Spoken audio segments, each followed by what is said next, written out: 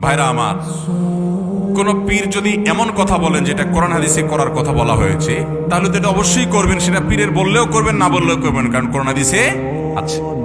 আর যদি কোনো পীর সাহেব এমন কোনো কথা বলেন করার জন্য যেটা কোরআন হাদিসের বরখেলাফ হয়, তাহলে সেটা পীর সাহেব কেন, পীর সাহেবের আব্বাজান এসে বললেও করা যাবে।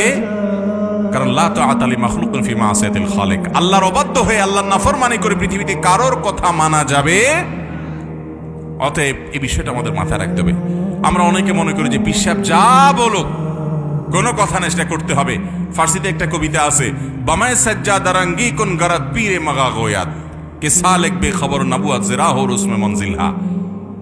অর্থাৎ পীরে মগা যদি তোমাকে, অভিজ্ঞ কোন পীর যদি তোমাকে বলে যে তোমার জায়নামাজ মদ দিয়ে ভরায় ফেলো, মদ ঢেলে জায়নামাজ ভরায় ফেলো, তাহলে তুমি তাই করো, কারণ মদ হালাল হারাম এটা তোমার চাইতে উনি ভালো জানেন।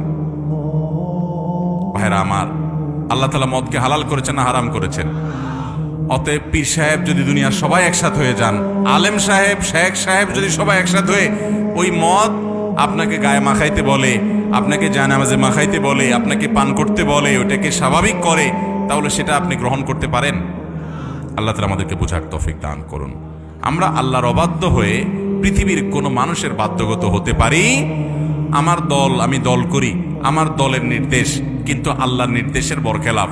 মুসলমান হলে আমি কখনো দলের নির্দেশ মানতে পারি না আল্লাহর নির্দেশের বাইরে গিয়ে। আল্লাহ তাআলা আমাদেরকে পরিপূর্ণ আনুগত্য করার তৌফিক দান করুন।